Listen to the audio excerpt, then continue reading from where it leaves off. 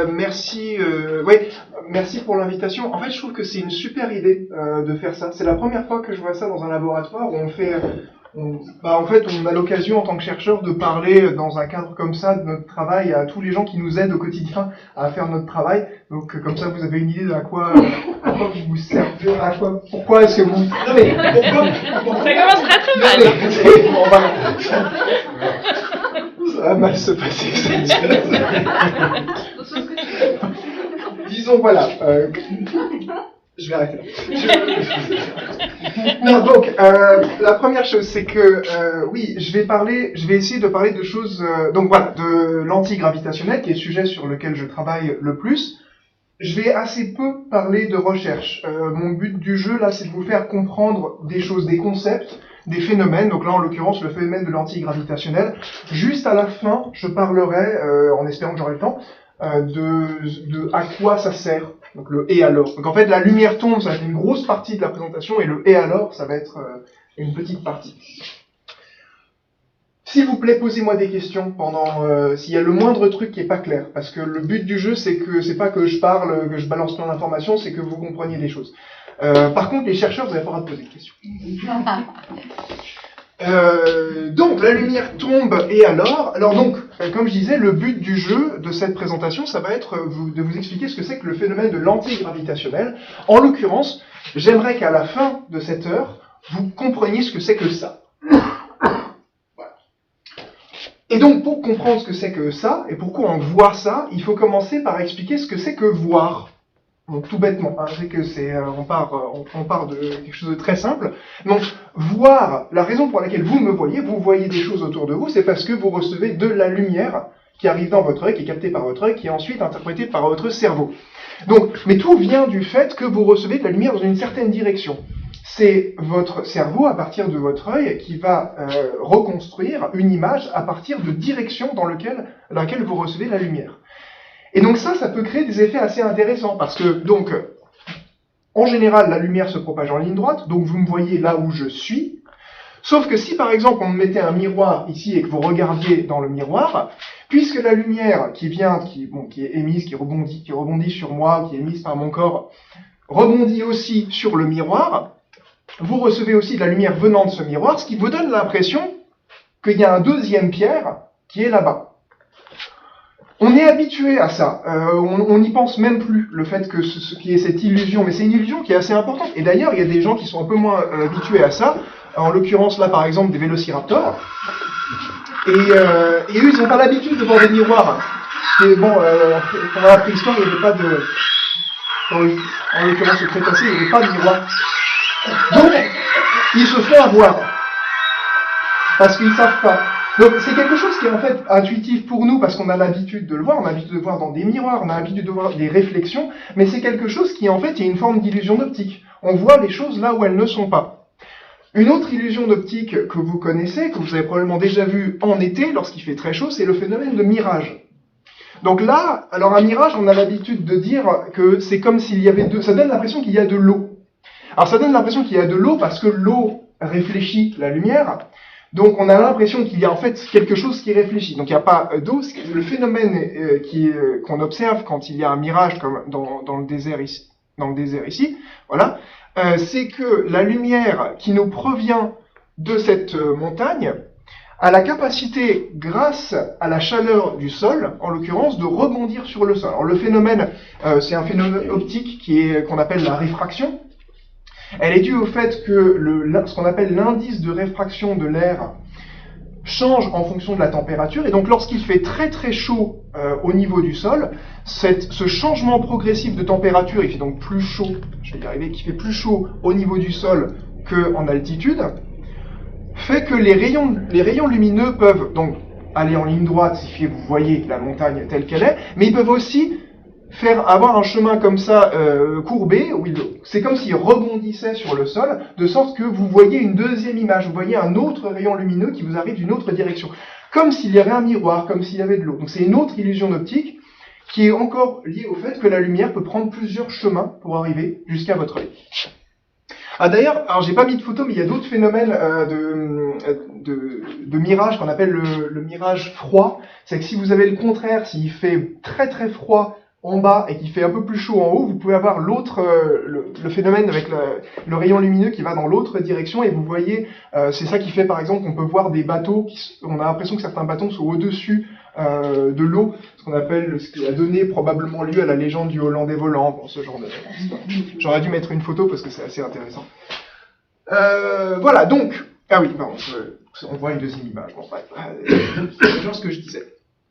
Alors, ce qui est marrant, c'est que cette histoire de quand un mirage, c'est comme si on voyait de l'eau, ça s'est répandu d'une façon un peu bizarre dans la culture populaire. Alors, par exemple, dans Tintin, là, en fait, Dupont et Dupont pensent qu'un mirage, ça peut être apparemment, enfin, Hergé pense apparemment qu'un mirage, ça peut faire apparaître n'importe quoi.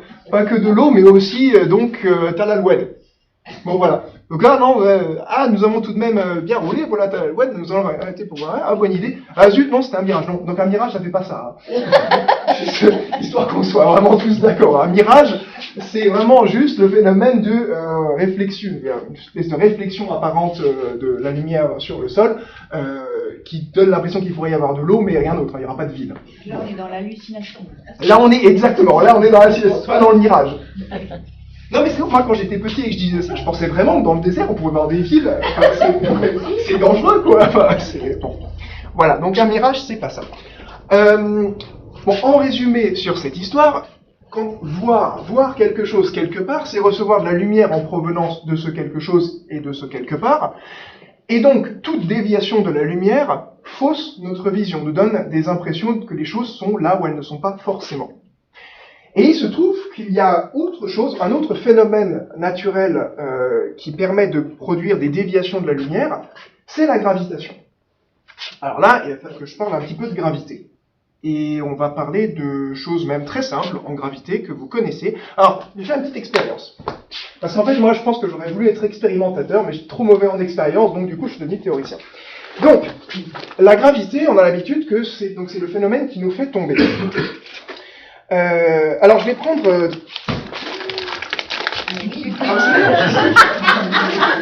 en physique, tout ce qui est, on aime bien donner des noms aux particules qui se terminent par on.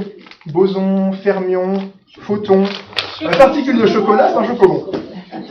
Donc c'est très simple. Si je veux lancer un chocobon à Justine et que je vise en me disant bon bah le chocobon, la particule de chocolat, va aller en ligne droite. Je la vise, tac. Ah bah merde. Bon, c'est super expérience. Voilà, vous comprenez pourquoi je ne suis pas expérimentateur. Voilà. Mais bien sûr, si je veux pouvoir atteindre quelqu'un, par exemple Sylvain, je vais être obligé de faire une trajectoire en cloche. Je vais viser là où il n'est pas, je vais viser au-dessus de lui pour qu'il puisse le recevoir. J'ai mal visé. C'est pour ça que je ne suis pas expérimentateur. Voilà. Le phénomène qui est associé à ça, donc, c'est le fait qu'il y a effectivement une accélération gravitationnelle. Il y a, selon Newton, c'est une force qui est exercée sur la particule de chocolat lorsqu'elle se déplace et qui la tire vers le bas.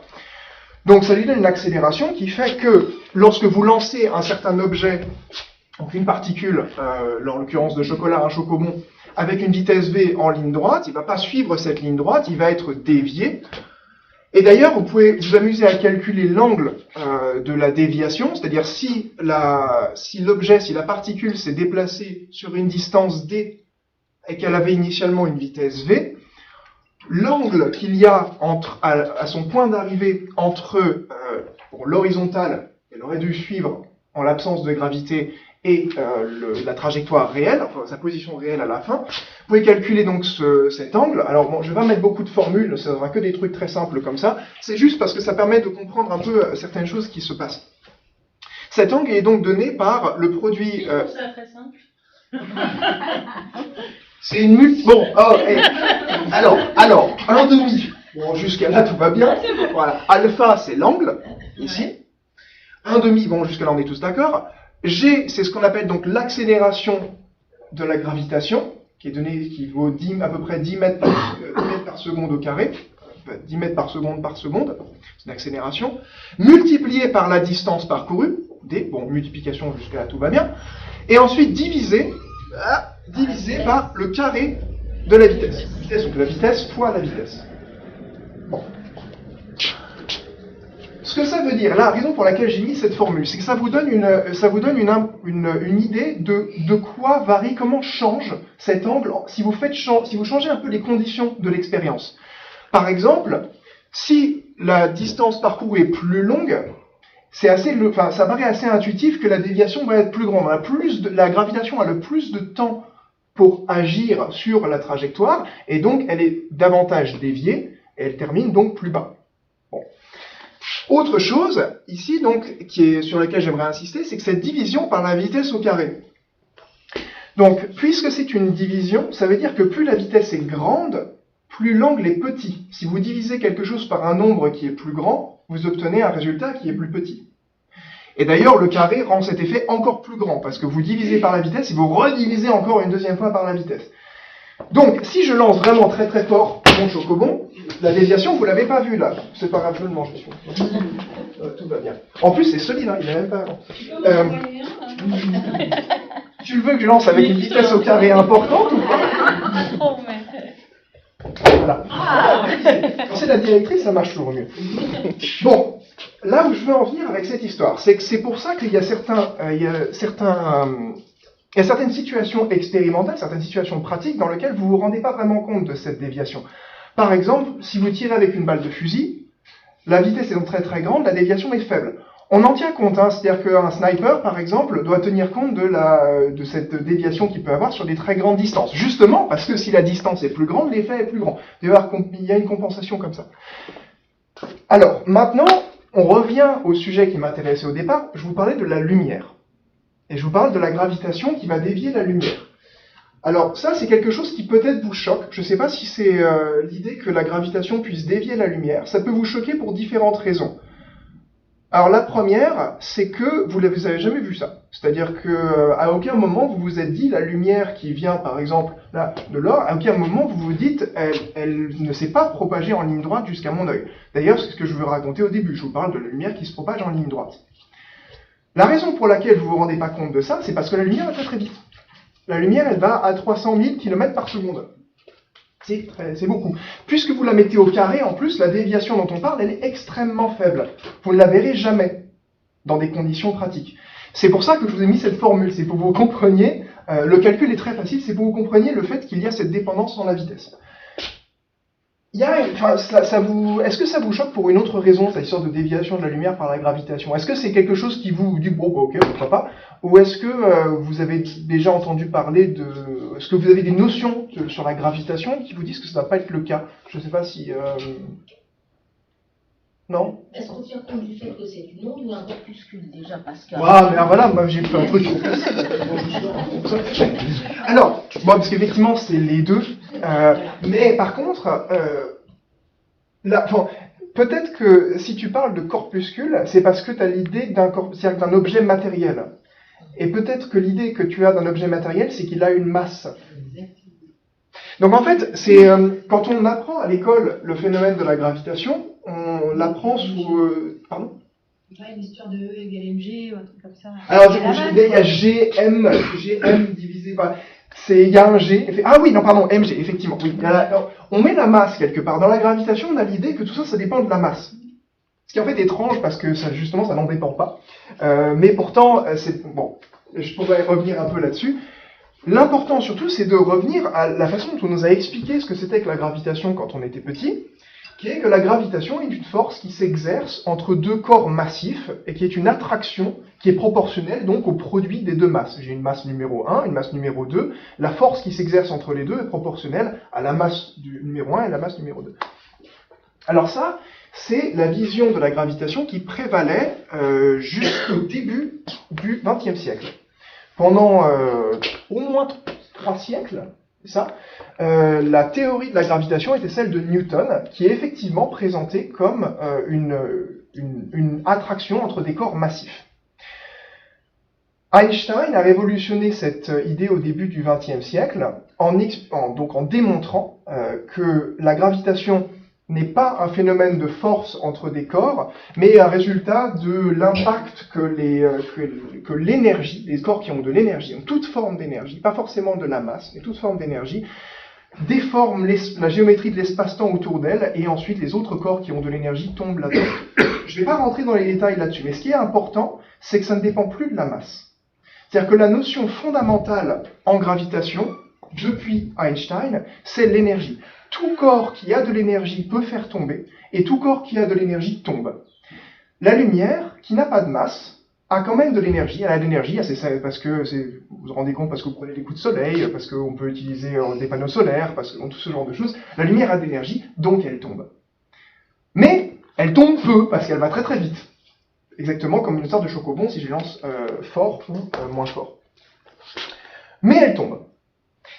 Et donc, je vous ai dit que dans la vie de tous les jours, on ne le voit pas, vous vous en êtes rendu compte, oui, parce que cette vitesse est très grande. Mais par contre, on pourrait rendre ce phénomène un peu plus visible. Bah, comment? Soit en augmentant ce facteur-là, au numérateur, G, donc ça c'est l'intensité de la gravitation. Si vous avez un corps qui est beaucoup plus gravitant, qui crée un champ gravitationnel beaucoup plus fort, alors l'effet sera plus important. Bon, jusque-là c'est logique, plus la gravitation est forte, plus on tombe fort. Ou alors, vous pouvez augmenter la distance. Si vous regardez la propagation de la lumière sur des distances très très grandes, alors là, peut-être que vous pourrez voir ces phénomènes. Oui.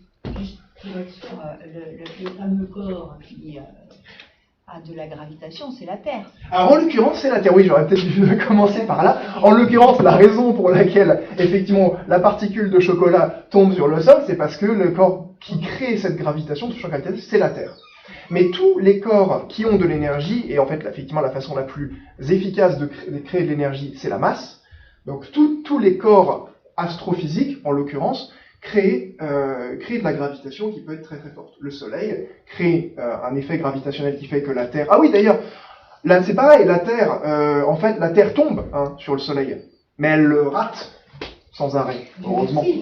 Non, mais parce qu'en fait, c'est ça, c'est une autre perspective. C'est-à-dire que la gravitation a la capacité de dévier les choses. Elle dévie la trajectoire de la Terre qui devrait être une ligne droite, mais en fait, puisqu'il y a le Soleil, elle est déviée. Donc en fait, elle a envie de tomber dessus, mais elle le rate sans arrêt. C'est la Lune, pareil avec la Terre. Quels sont les corps plus ou moins gravitants? Ah. Donc, selon Einstein, plus les choses ont de l'énergie, et plus elles gravitent. C'est-à-dire plus elles ont une capacité de déformer l'espace-temps. Et effectivement, la façon la plus commode, la plus efficace de créer de l'énergie, ou d'avoir de l'énergie, c'est la masse. Avec une formule que vous connaissez en fait, la seule formule que tout le monde connaît en physique. Voilà.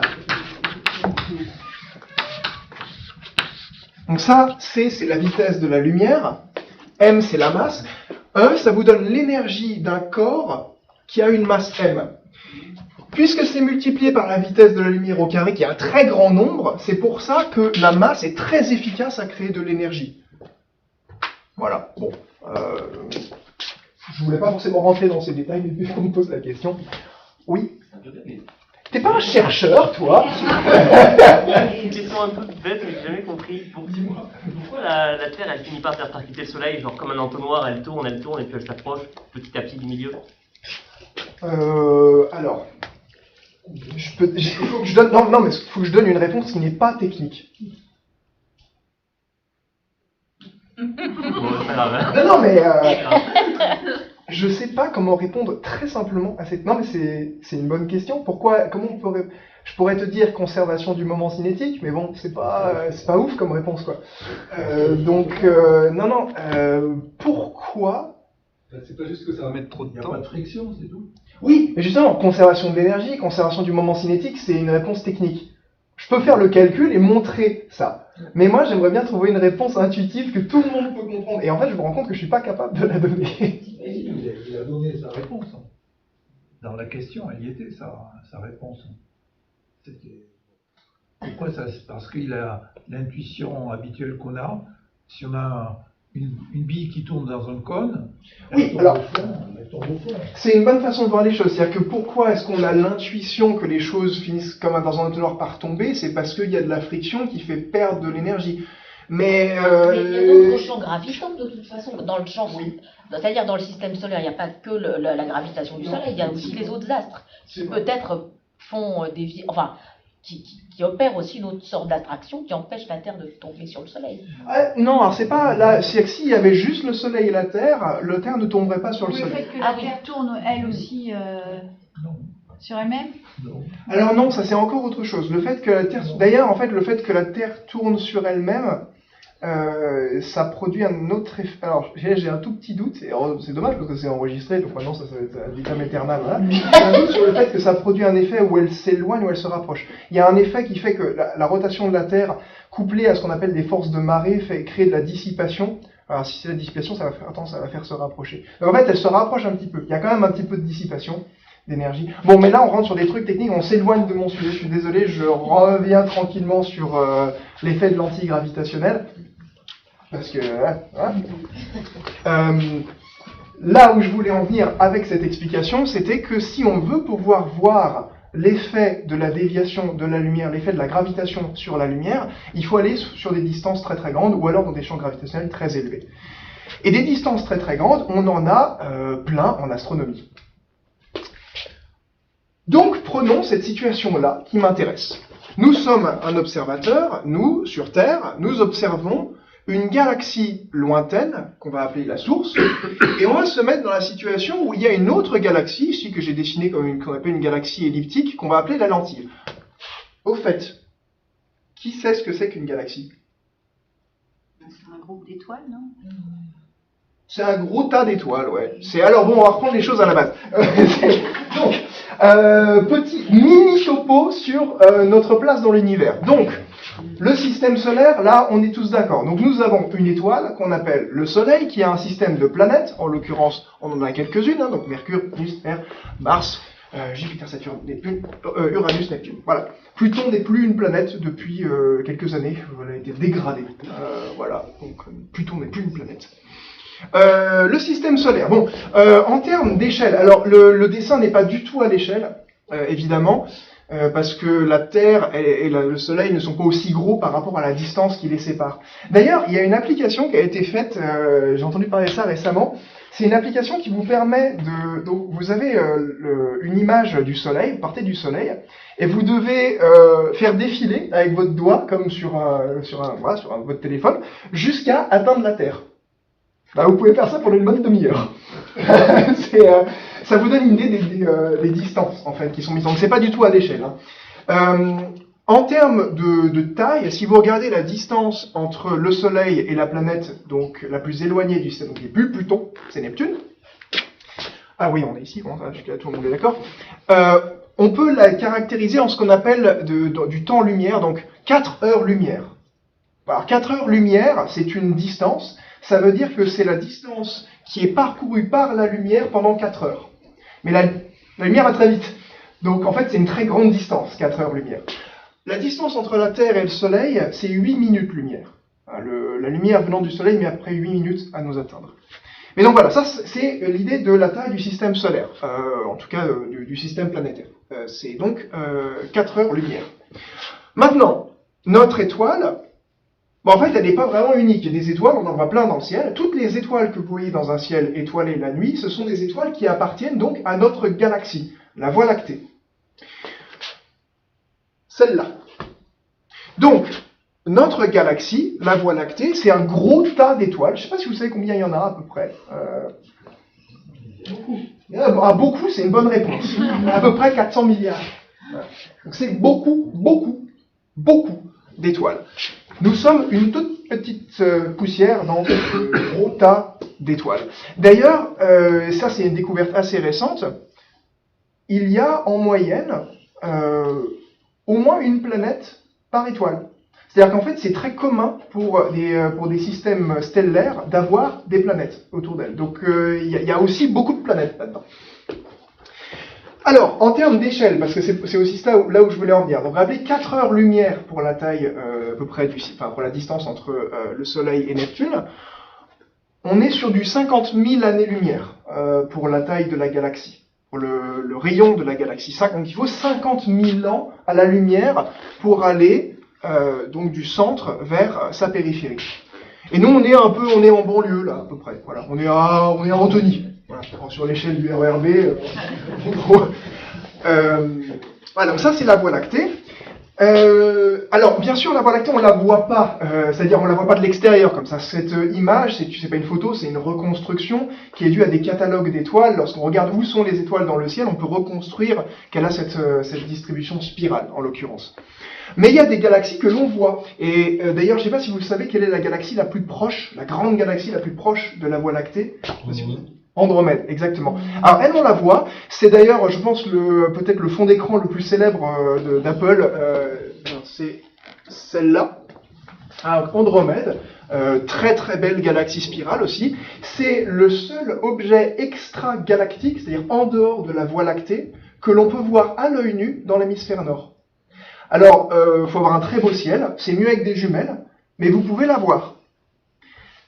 Pour vous d'ailleurs donner une idée de comment on la verrait si elle était aussi lumineuse que la Lune, ce serait à peu près comme ça. Alors on la voit pas comme ça, évidemment, parce qu'elle n'est pas aussi lumineuse. Mais si vous pouviez la voir aussi. Donc c'est gros, hein, comme truc. C'est plus loin. Et c'est beaucoup plus loin. À 2,5 millions d'années-lumière. Donc vous vous rappelez, hein, 4 heures-lumière système solaire. 50 000 années-lumière taille de la galaxie, et donc 50 fois plus loin, 50 fois plus, vous êtes 50 voies lactées, vous atteignez Andromède. C'est très très loin. Oui. Du niveau perspective, normalement, on ne devrait pas l'avoir beaucoup plus petite. Et bien justement, elle est très loin, donc on devrait l'avoir petite, mais elle est tellement énorme. Ok, oui. Donc c'est vraiment, et ça vous donne une idée encore une fois de ces rapports de distance. C'est-à-dire, d'ailleurs c'est une drôle de coïncidence que ce soit à peu près de la même taille que la Lune. Une autre belle coïncidence dans le système solaire, c'est que la Lune, la taille apparente de la Lune est à peu près la même que celle du Soleil, ce qui permet des éclipses d'ailleurs. Quand vous y pensez, c'est une grosse coïncidence, hein, parce que d'ailleurs je crois que c'est un auteur de science-fiction qui disait que si on devait rechercher ce qu'il y a d'intéressant sur notre planète pour faire du tourisme intersidéral par exemple, ben, ce serait ça. C'est-à-dire que si vous cherchez des aliens, eh ben peut-être que lors de la prochaine éclipse, regardez autour de vous s'il y a des gens bizarres. C'est parce qu'ils sont peut-être venus pour voir uniquement. Parce qu'on ne trouve pas ça partout. Voilà, nous sommes spéciaux. Bon, voilà, donc les distances astronomiques, et notamment intergalactiques, sont très très grandes. Et encore, Andromède, elle est assez proche de nous. Je vous donne une autre... Tu parlais de perspective, on devrait avoir plus petite. Imaginez que vous regardez cette partie du ciel, là. Donc là, j'ai mis mon petit point... c'est à peu près là 1/10 de la taille de la Lune. Et vous zoomez dessus avec un gros télescope, très très puissant. Vous voyez ça. Chaque point que vous voyez ici, à part celui-là et celui-là, tout ça, ces trois-là, c'est des étoiles. Toutes les autres, ce sont des galaxies. Vous vous rappelez de ça, hein, dans le ciel. Voilà. Et ça, c'est une vraie photo, hein. C'est pas une vue d'artiste, c'est une vraie image. Il y a beaucoup de galaxies. Et elles ont beaucoup d'étoiles. Voilà, donc ça c'est... Voilà. Prenez le vertige, une seconde. Voilà. Et les distances sont très grandes, parce que voilà, là, tu parlais de perspective, Maxime, on les voit toutes petites, parce qu'elles sont très très loin. En fait, la plupart d'entre elles, ici, elles sont situées à plusieurs milliards d'années-lumière de nous. Donc la lumière qui a été émise, elle a mis plusieurs milliards d'années à nous atteindre. Donc finalement, si je prends l'étoile de droite là, qui a juste au-dessus une galaxie, Ouais. Parce que ça fait comme un Ouais. halo. Ouais. donc l'étoile est beaucoup plus proche. Elle est beaucoup plus proche. Ouais. Elle est vraiment, elle est collée à ton œil, alors que la galaxie, c'est tu regardes de l'autre côté du ciel. Donc la galaxie, on est d'accord qu'il y a aussi des étoiles à l'intérieur, mais qui sont Exactement. Voilà. Chacune de ces galaxies, c'est aussi un gros tas de plusieurs centaines de milliards d'étoiles. Voilà. Non, l'univers est vaste. L'univers est vaste. Le ciel est vaste. Donc, où est-ce que j'en étais ? Oui, on pense cette situation-là. Donc, vous voyez maintenant que des galaxies, il y en a beaucoup, les distances sont très grandes, donc ce genre de situation arrive. Où on a une galaxie, donc qui va jouer le rôle, on a dit, de la source, ici, qui est bien alignée avec une autre qui se trouve, voilà, être un peu sur le chemin. Et alors là, on se rappelle de ce que j'ai raconté, la gravitation est capable de dévier la lumière. La lumière qui devrait nous provenir de cette galaxie en ligne droite, tranquillement, pour arriver jusqu'à notre œil, bon, tranquillement parce qu'elle met quand même quelques milliards d'années à arriver, elle n'y passe pas, puisque en fait une galaxie, bon bah c'est quand même beaucoup de matière, donc c'est assez opaque. En revanche, ce qu'elle peut faire, c'est passer par là. Puisqu'un rayon lumineux qui va être émis dans la bonne direction ici et qui va subir le champ gravitationnel assez intense qui est créé par cette galaxie, se faire dévier et atteindre notre œil. Dans ces conditions-là, on verra donc la galaxie non pas là où elle est, c'est-à-dire derrière la galaxie qu'on appelle la lentille, le machin orange que j'ai là, mais on la verra au-dessus. Parce que, encore une fois, vous vous rappelez, là où on voit les choses, c'est la direction dans laquelle est arrivée la lumière. Alors là, vous vous dites aussi, oui, mais pourquoi tu as fait le dessin vers le haut, tu pourrais aussi le faire vers le bas. Oui, effectivement, on en voit une autre aussi, là. Mais en fait, puisque l'alignement est très bien et qu'en fait c'est en 3D, elle pourrait passer par la gauche, elle pourrait passer par la droite. En fait, on voit ça.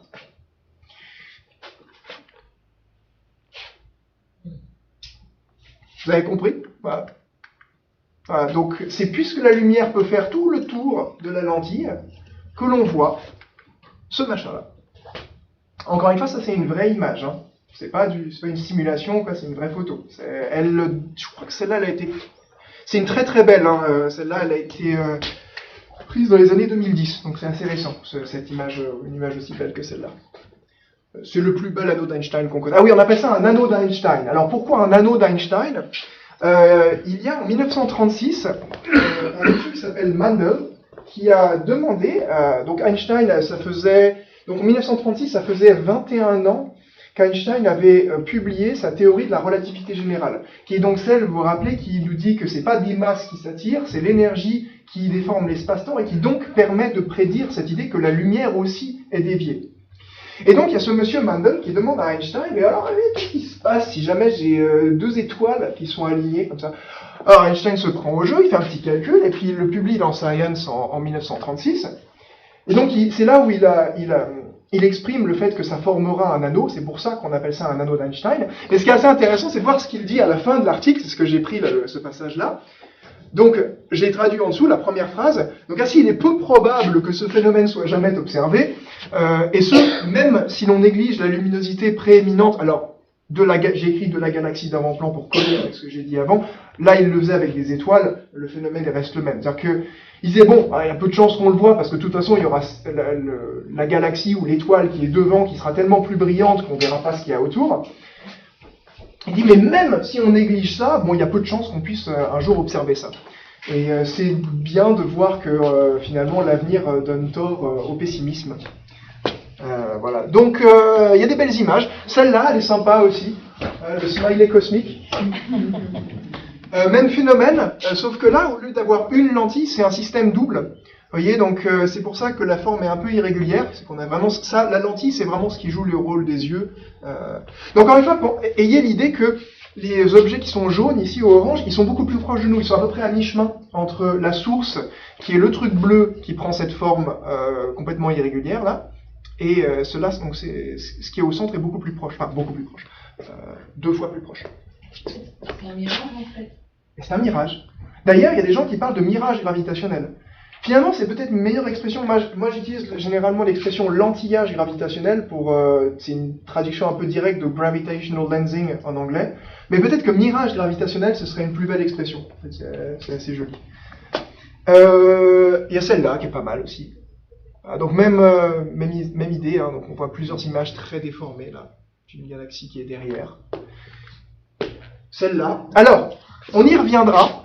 Là, on voit 4 images très brillantes. Ça, donc, normalement, je vais avoir le temps. Ouais, oui, je suis dans les temps, c'est bien. Ça va être important pour les applications en astrophysique et en cosmologie. Est-ce que j'en ai une autre? Ah oui, alors ça, c'est le télescope qui a pris les images, toutes les images que je vous ai montrées jusqu'ici. C'est un télescope spatial, donc télescope Hubble, qui a... il est assez connu parce qu'il a fait des apparitions en science-fiction ou dans des films. Si vous avez vu le film Gravity, c'est le télescope spatial que les astronautes sont en train de réparer au début. Ce qui crée la situation initiale de Gravity, c'est qu'il y a des astronautes qui sont allés réparer ce télescope spatial. Donc c'est un télescope qui est en orbite autour de la Terre. Il est donc en dehors de l'atmosphère et c'est ça qui lui permet de faire des très belles images. Parce qu'en fait, lorsque vous observez depuis le sol, non seulement vous êtes sujet à la météo, mais en plus vous avez les perturbations de l'atmosphère qui a des variations de température et qui, comme dans le cas du mirage, fait dévier un peu la lumière et ça vous pourrit vos images. Donc si vous voulez faire des très très belles photos, il faut aller dans l'espace. Donc celui-là, par contre ça coûte cher. D'ailleurs, en parlant qui coûte cher, il y en a un autre de télescope dont vous avez peut-être entendu parler, un autre télescope spatial qui a été envoyé le 25 décembre dernier, qui s'appelle le télescope spatial James Webb, qui a coûté la bagatelle de 10 milliards de dollars. C'est lui, il est beau. C'est un peu le successeur de Hubble. Sauf que lui, il se focalise sur l'infrarouge, ce qui lui permet, donc il capte plus en infrarouge que dans la lumière visible, ça lui permet de voir des choses qui sont plus loin. Si ça vous intéresse, je pourrais vous en dire un peu plus.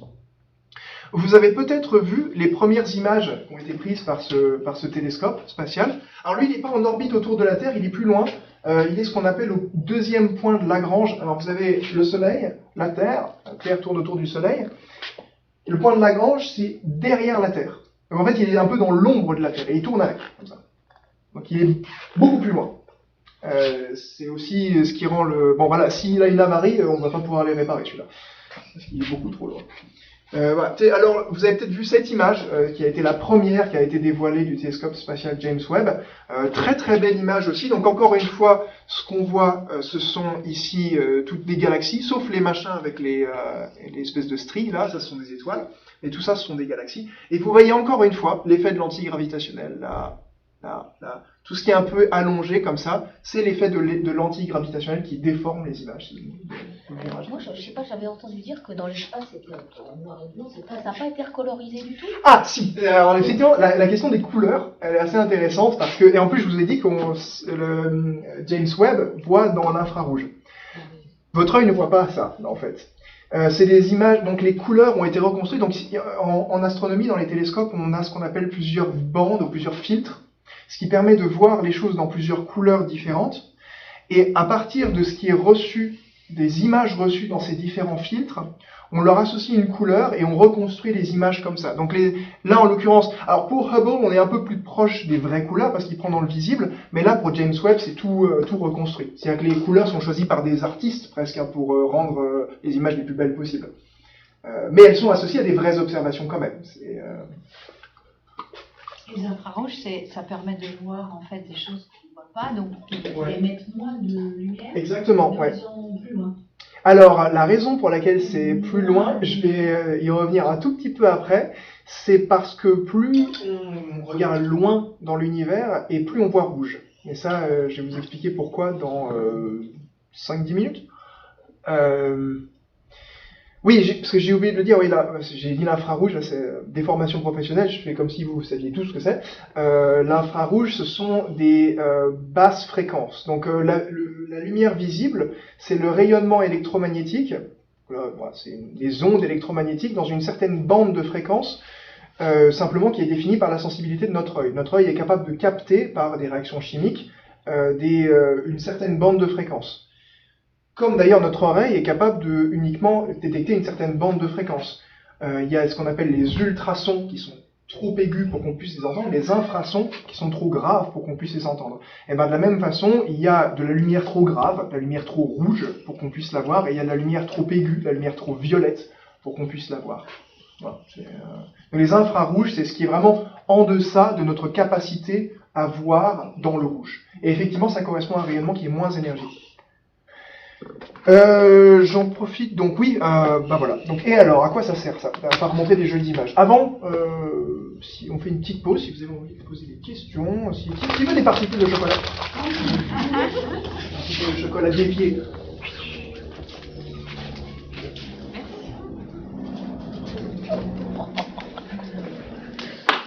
Et on est sur un bon 50%. Hein, voilà, on s'améliore. Est-ce que vous avez d'autres questions sur ce que je viens de raconter? Déviation de la lumière, oui. Je pose la question, il n'y a aucune lumière qui passe à travers la lentille la galaxie qui joue le rôle de lentille? Alors en fait, dans l'ensemble, elle est beaucoup absorbée, effectivement, surtout si on regarde dans le visible est beaucoup absorbé, mais il y a des cas où justement l'alignement n'est pas parfait, et alors je crois que sur celle-là, ouais, j'ai pas vérifié, mais je suis quasi sûr que ça, c'est la source. C'est-à-dire que là, elle passe entre les deux, pour le coup. Parce que la lentille, c'est un système double. Faut que je vérifie ça. Mais je pense que dans des systèmes comme ça, on a effectivement l'image centrale qui reste parce qu'elle n'est pas absorbée par les deux yeux là. Donc en fait, la source, ici, on la voit là, et là, et là, et là. Et le fait que les galaxies en fait cachent ce qu'il y a derrière, est-ce qu'en astrophysique cela pose un problème? Parce qu'ils font des bilans ils comptent les galaxies, etc. Comment est-ce qu'ils cherchent? C'est un. Alors. On peut en cacher un autre.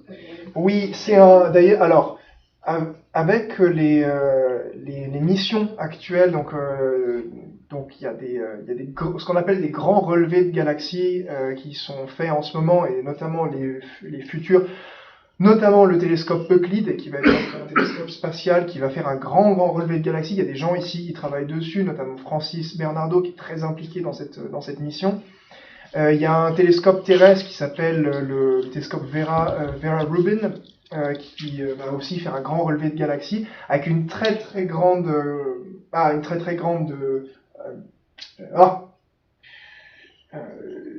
j'ai précision de mots qui c'est pas le mot précision, il est très grande sensibilité, voilà, très grande sensibilité, ce qui permet de voir beaucoup de galaxies.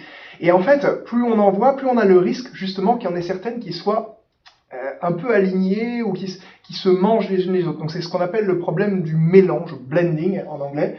Et c'est un gros problème dans le traitement des données actuelles, c'est-à-dire que ça a une grosse source de contamination dans la façon dont on interprète les données, dont on compte les galaxies. Donc oui, c'est un problème. Et c'est un problème même scientifique majeur d'arriver à construire des techniques de traitement des données qui nous permettent de séparer des images qui sont les unes sur les autres, comme ça. Et sur ces grands relevés, on sait dire quelle proportion est affectée par ça? On peut le prévoir, au moins en ordre de grandeur. Et l'ordre de grandeur, c'est quoi en fait? Ça va être la densité au carré, en fait. Si on prend, c'est-à-dire que la probabilité, c'est simplement un calcul. Si on prend une distribution aléatoire de points dans un certain champ, si on regarde la probabilité qu'on ait deux disques qui soient alignés, c'est un calcul qui est assez facile à faire. Je n'ai pas l'ordre de grandeur en tête. Mais c'était pas vraiment un problème jusqu'ici, parce que les télescopes qu'on avait n'étaient pas suffisamment sensibles pour pouvoir vraiment avoir ce genre de... Enfin, ça arrivait un peu, mais pas tant. Là, ça commence à devenir un souci, ouais. Avant, on voyait que les premiers plans, en fait. Les premiers plans qui sont assez dilués, en fait, qui sont plus proches, donc avec une plus grande séparation. Et en fait, il y a un moment où on arrive aussi à la limite de résolution du télescope, où les choses... Parce qu'en fait, sur un télescope, un point, ça n'apparaît pas comme un point. C'est affecté par ce qu'on appelle la diffraction,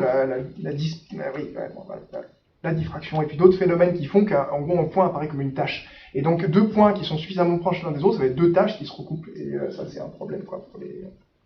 Et quelqu'un d'autre avait une question. J'avais dit où... Ah, bon, d'accord.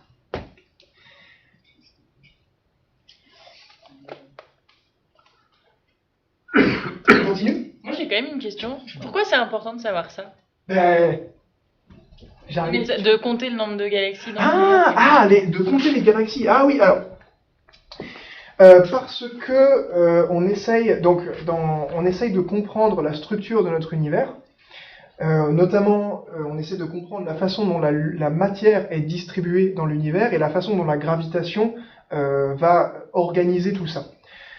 On a un très bon modèle cosmologique actuellement qui marche quand même très très bien. Il y a des petits trucs qui marchent, mais dans l'ensemble ça marche quand même super bien, qui est basé sur le fait que l'univers a été au départ très très chaud et très très dense, qu'il est en expansion, et que pendant cette expansion, des structures se sont formées, il est parti de quelque chose de très homogène, et les structures se sont formées pour donner des galaxies, des amas de galaxies, des planètes, des systèmes solaires, nous. Voilà.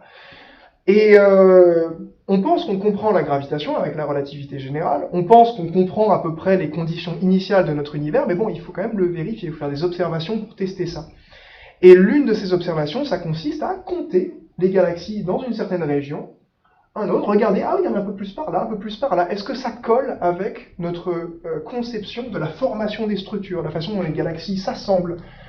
Donc il y a tout un modèle théorique derrière ça, une construction théorique et mentale qui repose sur les lois de la physique telles qu'on les connaît, mais qu'il faut tester pour justement voir si on comprend bien ces lois de la physique. Donc compter les galaxies, ça sert à savoir si on comprend bien notre univers et les lois qui l'architecture. Ça, satisfaisant? Ouais, ok. Bon, ouais. Ok. Donc, et alors donc, là, plutôt le et alors des lentilles gravitationnelles. Parce qu'à part des belles images, est-ce que ça fait d'autres choses? Donc, en fait, ça sert à beaucoup de choses. Je vais, puisque on n'a pas non plus une éternité, je vais vous parler d'une application que je trouve assez intéressante, qui est la mesure du taux d'expansion de notre univers. Et donc, il va falloir que je parle un peu de ça. C'est un prétexte pour parler un peu de cosmologie. Donc, l'expansion de l'univers, qu'est-ce que c'est? C'est un phénomène, à la base, qui a été découvert fin des années 20, et qui revient en fait que lorsqu'on regarde les galaxies suffisamment lointaines, hein, pas Andromède, Andromède elle est trop proche, mais suffisamment lointaines, on se rend compte qu'elles s'éloignent toutes de nous.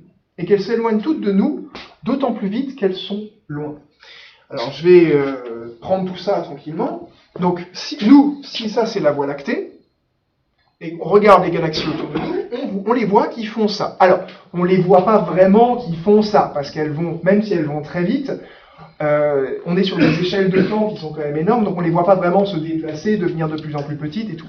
La question c'est comment on fait pour mesurer la vitesse des galaxies par rapport à nous. Et rien que ça, c'est un phénomène que je trouve assez intéressant, que j'ai envie que vous connaissiez. C'est ce qu'on appelle l'effet Doppler. Alors, l'effet Doppler, c'est un truc que vous connaissez dans la vie de tous les jours.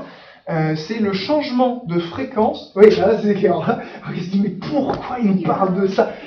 Je vais retomber sur mes pattes, j'espère. Donc, l'effet Doppler, effectivement, c'est quelque chose dont vous avez l'habitude lorsque vous avez une ambulance ou une voiture qui passe à côté de vous. Alors, l'ambulance, attention, imitation extraordinaire, elle se rapproche de vous, vous savez, quand elle vous passe, qu'est-ce que ça change? Elle se rapproche de vous, le son est un peu plus aigu. Donc, en fait, vous entendez la sirène avec une fréquence plus importante, avec un son plus aigu que si elle était au repos par rapport à vous. Et lorsqu'elle s'éloigne de vous, vous l'entendez plus grave, avec une fréquence donc plus faible. Alors, c'est un phénomène qui n'est pas du tout mystérieux, c'est lié au fait que un phénomène périodique, comme une onde, donc qui a une fréquence, tac, tac, tac, quand je vais à tac, tac, tac, à chaque tac, il y a le signal que j'envoie arrive à vos oreilles, en l'occurrence. Il doit se propager à travers la distance qui nous sépare. Mais si je me rapproche de vous en tac, tac, tac, tac, à chaque tac supplémentaire, j'ai avancé un peu et il y a moins de distance à parcourir pour le signal. Donc il va plus vite, il arrive plus vite que si je restais en place. C'est pour ça que vous entendez les tacs. Alors si j'allais très vite, vous entendriez ces tac, tac, tac avec une vitesse plus grande si je me rapproche de vous, et au contraire, si je m'éloigne de vous, tac, tac, tac, une distance plus grande à parcourir à chaque tac, donc ça arrive plus tard, et donc vous avez l'impression d'entendre des tacs avec des intervalles de temps plus éloignés. Donc, si j'émets une onde, donc un signal périodique, et je me rapproche de vous, vous l'entendez avec une fréquence plus grande, une période plus faible. Si je m'éloigne de vous, vous l'entendez avec une fréquence plus faible, une période plus grande. Pour le son, fréquence plus grande, c'est plus aigu, fréquence plus faible, c'est plus grave. Et la lumière, qui est une onde également, eh bien c'est le même phénomène, sauf que plus aigu, c'est plus bleu, et plus grave, c'est plus rouge. Voilà, donc si vous avez, alors on ne le voit pas vraiment dans la vie de tous les jours parce que c'est un phénomène qui dépend du rapport entre la vitesse de déplacement et la vitesse de la lumière, et puisque les choses se déplacent très lentement par rapport à la lumière, l'effet est très très faible, mais si vous avez un détecteur très précis, vous pouvez le voir. Et donc, ce que l'on voit en réalité, la raison pour laquelle on dit que les galaxies s'éloignent de nous, c'est parce qu'on les voit plus rouges que ce qu'elles devraient être. Ce qu'on fait en réalité, c'est qu'on regarde ce qu'on appelle le spectre de la galaxie. On repère des raies qu'on connaît, qui correspondent à de l'émission de molécules ou d'atomes que l'on connaît, et on connaît leur fréquence d'émission sur Terre, et on les compare avec ce que l'on voit dans les galaxies, on se rend compte que c'est décalé vers le rouge. Donc voilà, ce décalage vers le rouge, c'est une façon de mesurer la vitesse de déplacement des galaxies par rapport à nous. Et donc on se rend compte effectivement que les galaxies autour de nous sont rouges, toutes décalées vers le rouge, donc elles s'éloignent toutes de nous, et je vous disais aussi qu'elles sont d'autant plus rouges qu'elles sont loin. Alors ça, il faut faire une autre petite explication. Je vous ai parlé donc dans l'image que je vous ai donnée ici, j'ai pris le point de vue de nous qui sommes au centre. On est au centre de notre propre monde, hein, bien sûr, parce que tout ce qu'on voit autour de nous, on est toujours au centre de soi-même. Donc on voit les galaxies qui s'éloignent toutes de nous. Mais en réalité, en fait, ça se passe comme ça. Cette géométrie que je vous ai montrée, elle est liée à notre point de vue. L'univers, on pense, et on est presque certain, parce que sur les échelles qui nous intéressent, il est homogène, c'est-à-dire qu'il est le même partout. Autrement dit, si vous changez de point de vue, si vous vous mettez sur une autre galaxie, vous verrez la même chose. Donc quelqu'un qui serait, un alien qui serait dans cette galaxie, et qui observerait l'univers autour de lui, il verrait aussi les galaxies s'éloigner, il verrait le même système, et il le verrait comme ça. Et alors maintenant, je vous refais la petite animation. Observez la vitesse à laquelle se déplace cette galaxie, et celle à laquelle se déplace cette galaxie. Elle va plus vite, celle-là. Elle va plus vite parce que pour maintenir cette homogénéité, pour maintenir le fait que les galaxies sont distribuées toutes à peu près de la même façon, avec la même densité, on a besoin de ce phénomène. Je peux vous le dire d'une autre façon, si je m'éloigne de Sylvain à une certaine vitesse, et que quelqu'un, bon c'est un peu compliqué, quelqu'un derrière moi veut s'éloigner de moi de sorte à ce que la distance entre Sylvain et moi est la même que la distance entre cette personne derrière et moi-même, elle va devoir se déplacer plus vite pour prendre en compte mon mouvement. C'est une façon de voir les choses. L'homogénéité de l'univers implique cette loi qui est que plus on est loin, plus on se déplace vite. C'est une loi qui a été observée par l'astronome américain Edwin Hubble en 1929. Et donc on écrit, c'est la dernière formule de la présentation, cette loi, elle s'écrit de cette façon-là, donc on dit simplement que la vitesse d'éloignement des galaxies est proportionnelle à la distance qui les sépare de nous, et la constante de proportionnalité, ce nombre-là, qui dit donc voilà, combien je m'éloigne vite en fonction de combien je suis loin, c'est ce qu'on appelle la constante de Hubble, en l'honneur de la personne donc, qui l'a découverte. En termes d'ordre de grandeur, cette constante, ce nombre, cette constante de proportionnalité, elle vaut 70 km par seconde par mégaparsec. Alors ça veut dire... Donc 70 km par seconde, ça va. Je pense que c'est une vitesse, km par seconde. Le mégaparsec, c'est une unité barbare de cosmologistes et d'astrophysiciens. Alors un parsec, c'est à peu près 3 années-lumière. Un mégaparsec, c'est donc 1 million, enfin 3 millions, enfin 1 million de parsecs, donc c'est à peu près 3 millions d'années-lumière. Ce que veut dire cette unité barbare, là, c'est que si vous avez deux galaxies qui sont séparées d'une distance d'1 mégaparsec, donc 3 millions d'années-lumière, elles s'éloignent l'une de l'autre à 70 km par seconde. Si vous avez deux galaxies situées à 2 mégaparsecs, l'une de l'autre, elles s'éloignent donc à 2 fois 70, à 140 km par seconde. C'est ça que veut dire cette unité un peu méchante. C'est simplement pour prendre en compte le fait qu'on a des distances ici qui sont des distances cosmologiques, donc on multiplie par la distance, on le met dans des unités qui collent avec ce qu'on observe. Alors, je vous ai dit à peu près, j'ai mis un signe, un symbole à peu près. C'est parce qu'en fait, il y a un petit débat, c'est un euphémisme, sur la valeur exacte de cette constante actuellement en cosmologie. C'est le gros problème qu'on a aujourd'hui en cosmologie, en fait. On a deux grosses mesures, dans lesquelles on a une confiance énorme, qui nous donne deux résultats différents. Pas énormément différents. Il y en a un qui trouve 73, et l'autre qui trouve 67. Mais avec des barres d'erreur qui sont petites. Et voilà, on est un peu embêté, parce que ça fait quand même quelques années que ça dure, cette histoire, et voilà. Donc, il est d'autant plus, il est crucial d'essayer de mesurer ce machin-là, ce H0, qu'on appelle donc aussi le taux d'expansion de notre univers. On a besoin de le mesurer de la façon la plus précise possible pour vérifier si on comprend bien ce qui se passe. Parce que si ça persiste, ce truc de deux mesures différentes, ça veut dire soit qu'on se plante dans nos mesures, bon, ok, alors si ça persiste et qu'il y a de moins en moins de chances qu'on se plante dans les mesures, parce qu'on refait plein de mesures à chaque fois. Non, sinon c'est peut-être qu'on comprend rien à la physique en fait. Et bon bah ça c'est en fait assez cool pour nous parce que ça nous donne du boulot, mais c'est un peu la honte aussi quoi. Donc bon c'est important de mesurer ce truc-là. Comment on le mesure? Eh ben c'est donné par la formule, hein. On a besoin de mesurer des vitesses et on a besoin de mesurer des distances. Les vitesses, c'est ok, je vous ai expliqué, on mesure le décalage vers le rouge, ça c'est rodé, bon, on mesure ça plutôt bien.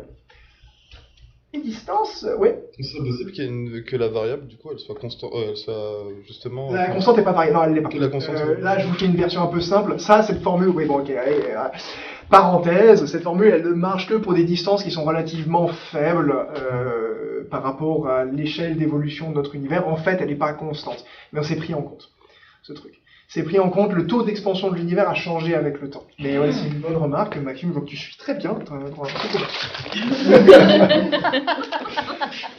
Voilà, donc oui, effectivement, on l'appelle, c'est pas vraiment une constante. Est-ce que vous avez une petite question ou pas du tout? Hein? Allez, vas-y. Je voulais savoir, quand tu dis que ça on mesure bien la vitesse, quel est l'abordement, la précision? Alors avec ça dépend des instruments. Il y a deux techniques pour mesurer les décalages vers le rouge, les décalages spectraux. La technique la plus précise, elle est basée sur ce qu'on appelle la spectroscopie, qui est donc qui consiste vraiment à repérer des raies d'émission qu'on connaît bien et à regarder leur décalage. Et là, on est sur j'espère que je dis pas de bêtises, on est sur du 0,1%, je crois, en termes de précision, donc c'est bien. Et via la lumière, du coup, via l'intensité lumineuse que tu as. Pas l'intensité lumineuse, mais par rapport à son spectre, c'est-à-dire en fonction de s'il est plus rouge ou plus bleu. Okay. Il y a d'autres techniques qui sont... Alors le problème, c'est que la spectroscopie, c'est long, c'est-à-dire que on a besoin de beaucoup de temps d'observation, et donc c'est difficile à faire. Un télescope comme Euclide, par exemple, alors il a un petit spectrographe, mais il a aussi, surtout, des bandes de fréquences, ce qu'on appelle la photométrie. C'est une technique qui est moins précise et qui permet de... C'est toujours l'effet Doppler, mais c'est la toujours façon l'effet dont Doppler. tu analyses les raies. Il y a des gens qui diraient qu'ils sont pas d'accord avec ça, que c'est l'effet Doppler. Il y a aussi un effet gravitationnel. Ça, en fait, le problème, c'est que quand on commence à regarder sur des distances très grandes, on doit prendre en compte le fait qu'on est dans un espace-temps courbe. Il se passe des choses un peu plus compliquées. Il y a différentes interprétations possibles qui sont toutes équivalentes sur le fait que est-ce que c'est un effet Doppler, est-ce que c'est un décalage vers le rouge gravitationnel. Bon, je vais pas rentrer trop dans ces détails, je le fais au tableau après, mais en gros, c'est l'effet. On peut l'interpréter tout le temps comme un effet Doppler, ce décalage. Et il y a des façons de le calculer, de toute façon, univoque, donc c'est pas... Donc oui, en fait, le décalage vers le rouge, les mesures de vitesse, ça va. On sait faire. Les mesures de distance, ça c'est un vrai problème. Parce que, bon, vous vous rendez bien compte qu'on ne peut pas tirer une règle, déjà on ne peut pas le faire vers le Soleil, mais vers une autre galaxie. Donc c'est une vraie question de comment on mesure la distance à une galaxie, par exemple. C'est super dur, en fait. Il y a beaucoup de techniques très élaborées qui ont été inventées par les astronomes. Elle repose sur des hypothèses, sur de la modélisation, sur des observations qui sont extrêmement complexes. Donc, en fait, l'enjeu de ce problème, l'enjeu de mesurer la constante de Hubble, c'est de mesurer des distances de la façon la plus précise possible. C'est la grande difficulté de l'astronomie. Et il se trouve que l'effet de lentille gravitationnelle, il nous en donne un de moyen de mesurer des distances. Et là, ça va être, on arrive vers la fin de cette histoire. Voilà, on vient de débattre sur la valeur exacte. Donc, je vous avais montré une image qui ressemblait à ça, déjà. Donc c'est toujours une image d'effet de lentille gravitationnelle. Ce qu'elles ont en commun, ces images que je vous montre, c'est qu'elles ont à chaque fois des espèces de gros spots, là. Ici, il y en a 4, là aussi, là, il y en a 4 aussi, bon, là aussi, en fait, il y en a 4 à chaque fois. Donc, ce que vous voyez ici, c'est la même chose que ce que je vous ai montré avant, c'est-à-dire une galaxie qui est située derrière une autre, mais il y a un petit truc en plus. Ce sont des galaxies qui ont ce qu'on appelle un noyau actif. Alors, un noyau actif de galaxie, c'est un trou noir supermassif, méga glouton. Donc, une galaxie, c'est-à-dire c'est un gros tas d'étoiles, c'est aussi un trou noir supermassif en son centre. C'est le cas pour notre galaxie, la Voie lactée. Elle a un trou noir supermassif qu'on appelle Sagittarius A étoile. Bon, voilà, qui fait à peu près 1 million de masses solaires. Ouais, je sais. Ce que je veux dire par un trou noir qui est méga glouton, c'est qu'il y a de la matière autour de ce trou noir. Donc imaginez une galaxie au centre, il y a un gros trou noir, et il y a autour de ce trou noir un disque d'accrétion, c'est-à-dire de la matière qui tombe progressivement dans le trou noir, qui se fait manger par le trou noir. La matière est accélérée, elle frotte, elle interagit, ça crée donc de la friction, beaucoup d'énergie, c'est très très chaud, et ça émet énormément de lumière. Un noyau actif de galaxie, ça émet à peu près 1000 fois la lumière d'une galaxie tout entière. C'est-à-dire que vous prenez toutes les étoiles, l'ensemble de la galaxie, c'est 1000 fois moins brillant que le noyau actif. Donc, c'est ça, ce genre de phénomène dont on parle ici. Quand vous voyez ça, vous voyez en fait l'image des étoiles de la galaxie, c'est l'anneau, et les 4 images ici, ce sont 4 images du trou noir central, enfin du disque d'accrétion du trou noir central, de ce noyau actif de la galaxie. Alors pourquoi ça c'est intéressant? C'est parce que c'est un endroit très très précis qui émet de la lumière. Alors là, ce que j'ai fait, c'est que j'ai mis une situation où on n'a pas un alignement parfait, pour pouvoir illustrer un peu mon propos.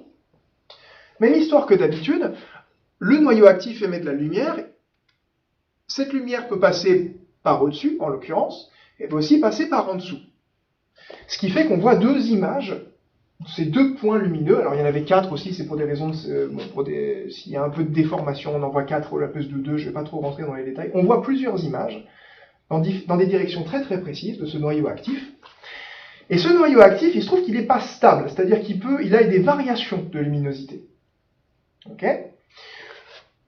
La lumière prend des chemins différents pour nous atteindre. Ça veut dire que la lumière met pas le même temps pour arriver. Il y a un chemin qui est plus long que l'autre. Donc, mettons que vous ayez ce noyau actif de galaxie, qui a une espèce d'éruption, un truc qui se passe, qui crée une variation de luminosité. Vous allez la voir d'abord dans une des images, et ensuite sur une autre image. Et peut-être si vous en avez 4, ça apparaîtra encore une fois. Il y a donc un délai temporel entre les courbes de lumière que vous observez de ces images-là. Vous pouvez mesurer ce délai temporel. Et lorsque vous le mesurez, il se trouve qu'il est... Théoriquement, ce délai temporel entre les images, il est proportionnel à un rapport de distance. Un rapport de distance qui, en l'occurrence, est la distance entre l'observateur et la lentille, la distance entre la lentille et la source, et la distance entre l'observateur et la source. Vous vous rappelez, je vous ai dit que les distances sont proportionnelles, inversement, que la vitesse est proportionnelle à la distance avec h0. Si vous remplacez donc ce truc-là par la vitesse divisée par la constante de Hubble, vous obtenez un résultat qui est proportionnel à la constante de Hubble.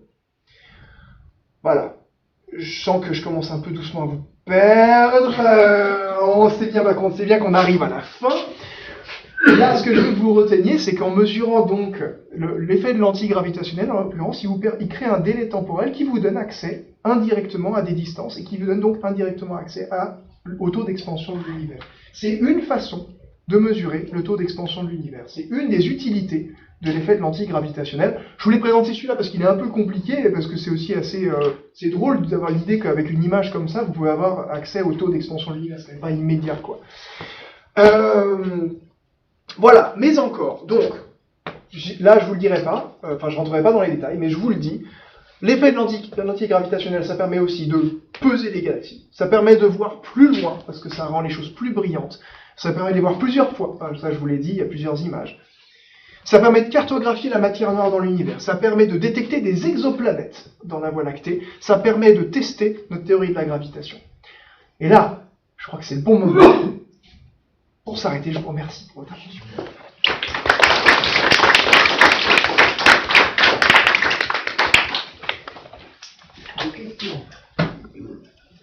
Maxime. Quand tu dis que les galaxies, du coup, il y a une expansion des galaxies, mais est-ce qu'elles ne s'étendent pas sur nous ? C'est une très bonne question. Est-ce que les galaxies grossissent ? Est-ce que nous, on grossit ? Est-ce que la distance entre la Terre et le Soleil grandit avec l'expansion de l'univers ? La réponse est non. Pour ça, ça bouge pas. En fait, l'expansion de l'univers, c'est un phénomène qui est difficile à expliquer, d'une certaine façon, et en même temps qui est très simple. La raison pour laquelle c'est difficile à expliquer, c'est que souvent on le présente un peu de la mauvaise manière. Vous avez peut-être, si vous avez déjà assisté à des présentations de vulgarisation sur l'expansion, vous avez vu des vidéos YouTube, des choses comme ça, souvent les gens prennent un ballon de baudruche, ils dessinent des petites galaxies dessus, ils soufflent dedans. Ils disent ah, l'expansion de l'univers c'est ça. Et parfois on dit même cette phrase absolument fausse. C'est faux. Mais les gens disent parfois, l'expansion de l'univers, c'est pas les galaxies qui s'éloignent, c'est l'espace entre elles qui grandit. C'est une connerie. Je dis, là, si quelqu'un vous dit ça un jour, même un cosmologiste. Ça permettrait d'expliquer que ça bouge pas à l'intérieur de chaque Ah bon? galaxie. Pourquoi l'espace grandirait pas à l'intérieur des galaxies? Tu vois? C'est le postulat de dire que l'espace ne Mais grandit alors, que exactement. entre les... Donc là où je vais combattre ce truc, c'est que c'était pas un postulat. En fait, c'est quelque chose de très simple. L'expansion de l'univers, c'est l'inertie. C'est-à-dire que vous avez... alors, le postulat de base, c'est qu'il y a eu un moment dans l'univers, très très tôt, où il était homogène et où il était très chaud, et où il y a eu une espèce de force répulsive à un moment. Alors, ce qu'on appelle dans le langage moderne la phase d'inflation de notre univers. Bon. Imaginez, voilà, vous avez des particules, voilà, des chocobons, qui se repoussent les unes les autres. Donc, elles vont partir un peu dans tous les sens, et puis à un moment, vous arrêtez ça. C'est la fin de l'inflation, la phase d'inflation. Qu'est-ce qui se passe? Elles vont pas s'arrêter, elles vont continuer à bouger. C'est l'inertie. L'expansion de l'univers, c'est de l'inertie. Il y a eu un kick initial, on ne sait pas ce que c'est. On l'appelle l'inflation, on le postule, il y a des modèles, bon, on n'est pas bien sûr. Il y a eu un kick initial, il y a quelque chose qui fait que les choses s'éloignaient les unes des autres, et après ça s'est arrêté. Et, sous l'effet de leur inertie, les objets s'éloignent les uns des autres. C'est juste ça. Et après, il se trouve qu'il y a la gravitation qui rentre dans le jeu, les endroits qui étaient un peu plus denses, sous l'effet de la gravitation, ont commencé à s'accréter, à former des choses, donc former des galaxies, des amas de galaxies, des ensembles de galaxies. Donc, elles sont plus soumises à l'expansion, puisqu'elles avaient une certaine vitesse initiale, elles ont commencé à subir la gravitation qui les a rassemblées, bon après il n'y a rien de mystérieux, mais l'expansion de l'univers, c'est de l'inertie. Alors, l'expansion devrait se ralentir. Ah, et voilà. Et donc, heureusement que quelqu'un pose cette question. Alors, effectivement, donc ça, c'était l'image, c'est l'image numéro 1, enfin, c'est la version 1.0. Après, effectivement, dans les années 90, encore les gens étaient très satisfaits de cette image, et puis après, les années 90, fin des années 90, on se rend compte, on mesure l'histoire de l'expansion de l'univers, on se rend compte qu'elle accélère. Voilà. Parce qu'effectivement, la gravitation étant attractive, l'expansion, qui est de l'inertie sous l'effet de la gravitation attractive, l'expansion devrait se décélérer, devrait être de moins en moins vite, parce que les choses s'attirent. Ça retire. Bon, alors, du coup, qu'est-ce qu'on fait? On rajoute un autre ingrédient, qu'on appelle l'énergie sombre. Ah, bah oui, mais le truc, c'est que...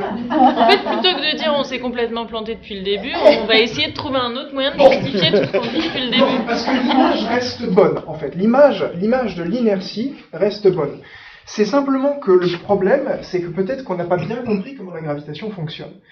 Et il se trouve que ce qu'on appelle l'énergie sombre, qui est en fait la façon d'explication la plus simple, c'est simplement un terme de plus dans les équations de la relativité générale, c'est en fait quelque chose qui est très naturel. Quand on regarde la construction de la relativité générale comme théorie de la gravitation, il y a un terme attractif qui est là, voilà, qui respecte plein de belles symétries, plein de propriétés mathématiques qui sont très jolies, et puis il y en a un autre qui est possible, et c'est ça, c'est ce qu'on appelle la constante cosmologique, elle est aussi jolie que l'autre terme, donc elle est là, et ben on la mesure, et puis elle vaut ce qu'elle vaut. Alors après, il y a les physiciens des particules qui disent « Ouais, mais elle n'a pas la bonne valeur ». Bon, ils m'énervent déjà. Non, je plaisante. Disons que c'est un autre problème. Il y a la question de comment expliquer la valeur de cette constante cosmologique, qui est un vrai problème de physique théorique, de physique des particules, de gravitation quantique même d'une certaine façon. Mais en soi, la présence de cette énergie sombre, qui est un terme un peu pour faire peur, mais c'est juste une espèce de force répulsive qui est un terme supplémentaire dans les équations de la gravitation, il n'est pas du tout surprenant, théoriquement. Mais c'est vrai que, alors par contre, tu as peut-être raison, ça se trouve, on s'est complètement planté depuis le début. Hein. Peut-être que l'univers n'est pas homogène, en fait. Peut-être qu'il y a plein de choses qui peuvent se passer. C'est pour ça qu'on doit faire de la cosmologie, c'est pour ça qu'on doit compter des galaxies, c'est pour ça qu'on doit observer, qu'on doit mesurer ce H0, vérifier que ça colle. Toute faille là-dedans sera peut-être l'indication qu'il y a quelque chose qu'on n'a pas compris et qu'il faudra tout recommencer, et c'est très bien, parce que c'est ça la physique. Juste la question, vous avez supposé la présence d'une énergie sombre, mais vous ne pouvez pas vraiment la définir finalement. On peut la définir, en sens on peut la mettre dans un modèle, et après on peut essayer de vérifier si les prédictions de ce modèle sont conformes à la réalité. Ce qui en fait est la démarche scientifique de physique de base. C'est-à-dire, la physique ce n'est pas une affirmation de ce qu'est la réalité, c'est une description de la réalité, la plus efficace possible. Et après, on essaie de voir si cette description colle, et puis surtout, on cherche là où ça colle pas pour essayer de donner une meilleure description. Mais c'est pour ça, alors c'est vrai que quand on fait de la cosmologie, puisqu'on parle de quelque chose qui... Ça nous concerne un peu tous, il y a là l'endroit où on est dans l'univers, c'est quelque chose qui... ça crée forcément un intérêt, donc on se sent plus concerné, et donc on est aussi plus choqué par certains processus qui en fait ont lieu partout dans la physique. Une autre difficulté de la cosmologie, c'est qu'on ne peut pas faire d'expérience, on ne peut pas créer d'univers. C'est le problème de l'astrophysique et de la cosmologie par rapport à si on fait de la physique de l'état solide où on fait une théorie, on fait une manip, on contrôle la température, voilà, bon, je dis pas que c'est facile, mais au moins on peut le faire, quoi. Alors qu'en cosmo, on peut juste observer. Voilà. Et ça rend les choses un peu plus... parfois. C'est où la place de la matière noire là-dedans? Ah oui, alors la matière noire, donc la... Elle est noire. Parce qu'il y a l'énergie Oui, de la matière noire. donc, Alors. les deux mots sont des traductions en français de dark matter et dark energy. Dans les deux cas, on devrait, si on faisait une traduction directe, on devrait appeler ça matière sombre, énergie sombre. Je crois qu'en français, on donne des noms différents parce qu'on n'a pas envie qu'elles soient confondues, parce que ce sont deux concepts qui sont très différents. Donc se sont imposées les traductions matière noire, énergie sombre, peut-être justement pour faire un peu cette distinction. Donc l'énergie sombre, je viens de le dire, c'est cette espèce de force répulsive qui est responsable de l'accélération de l'expansion de l'univers. La matière noire, c'est un problème qui est en fait un poil plus concret, qui est qu'il y a 83% de la matière dans l'univers qu'on ne sait pas ce que c'est.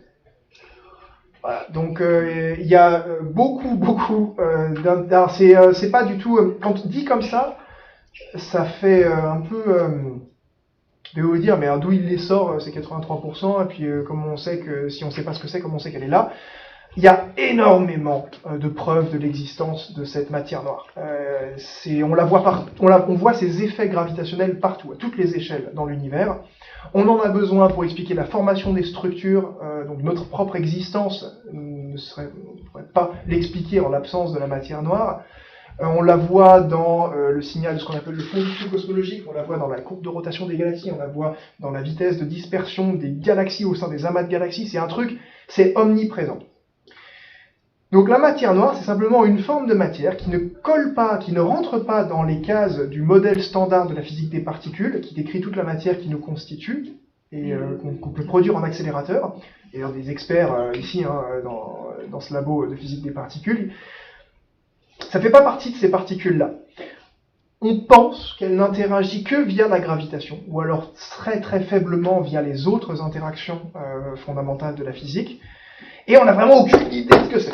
Mais elle est là, et elle nous en... Merde. Non, heureusement qu'elle est là. Mais c'est un des grands mystères de la science moderne. Ce que c'est que la matière noire. C'est de la matière. 83% de la matière dans l'univers, on ne sait pas ce que c'est.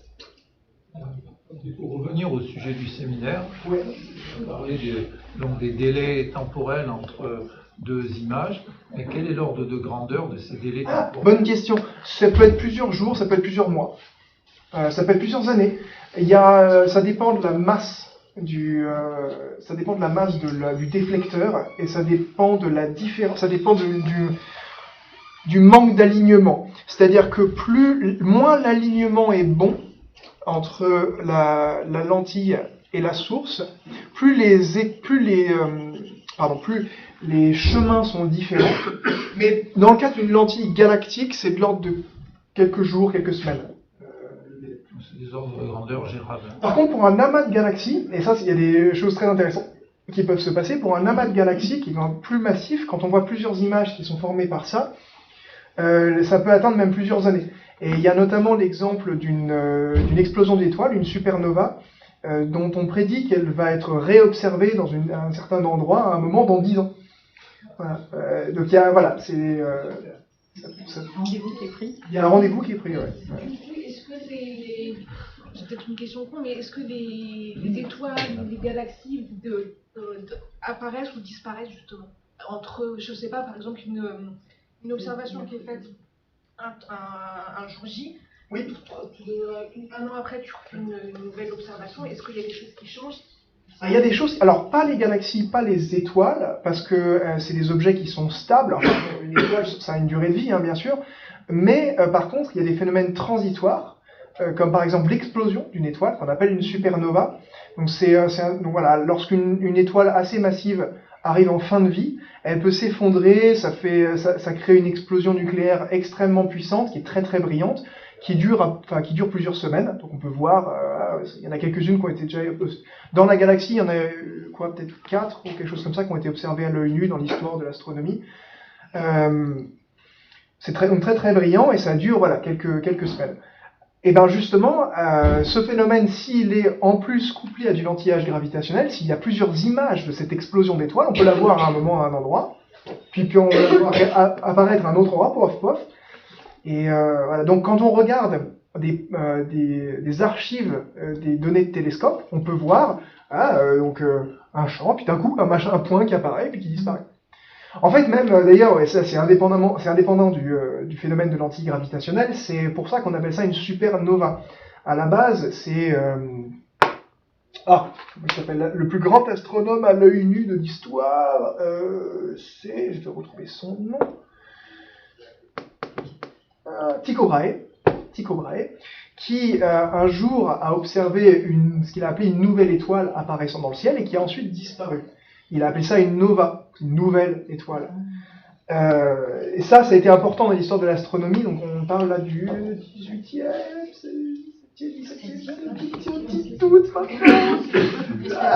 ça fait longtemps. Bon, voilà. Avant les télescopes. C'était à une époque où on divisait le ciel, pardon, je parle de digression, mais j'en ai juste pour 2 secondes. On pensait que le ciel était divisé en 2 catégories, enfin plutôt que l'univers était divisé en 2 catégories, qu'il y avait le monde sous-lunaire, qui est la Terre, qui est la Lune, les choses qui changent, et il y avait le monde superlunaire, ce qui est au-delà, ce qui est le ciel, qui lui est éternel, qui ne change jamais. Et en fait, cette observation de Tycho Brahe a démonté, ça a été une des premières preuves que ce n'était pas la réalité, que le monde superlunaire, les étoiles changent aussi, parce qu'il y en a une qui apparaît, qui disparaît. Voilà. C'était une révolution dans l'histoire de l'astronomie à ce moment-là, qui a bouleversé, un premier bouleversement de notre vision du monde. Une question, mais... Ouais, non. De toute façon, on va manger, on discute. Ceux qui en ont encore pourraient venir manger avec l'orateur à la cantine. Voilà. Donc on part d'ici. Donc on va à la rotonde. Tu m'as dit. Il n'a pas encore testé la rotonde.